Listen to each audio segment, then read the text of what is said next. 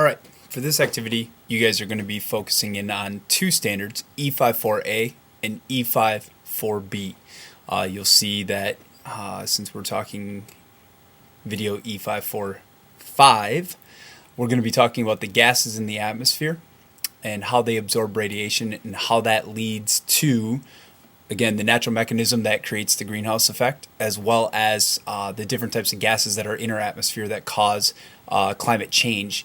And then again, the amount of sunlight that is received will be mentioned down here in the second standard, which is E5.4-B, talking about the changes in the amount of sunlight that Earth receives and how that can affect global climate temperatures and also the change in climates. So those are going to be your two main focuses today. So again, the primary focus is going to be talking about the E5.4-A greenhouse effect, includes comparisons of major greenhouse gases. So we'll be talking about how greenhouse gases are used to change climate. And then E5.4-B will be focusing on how the changes in the amount of sunlight that are received on Earth by Earth and how that changes the temperature and the climates around the world.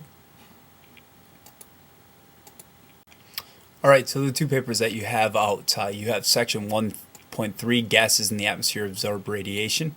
We've already discussed the two main targets that we'll be focusing in on today.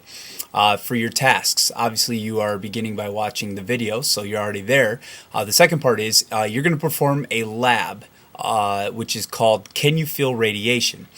So what you're going to start by doing is seeking out myself or seeking out Mr. Fuzak and asking for the lab supplies so that you can perform this experiment. It's a very short, just a quick demonstration for you to run, but nonetheless we'll just have a quick ability for you to kind of connect what you're going to be reading and also kind of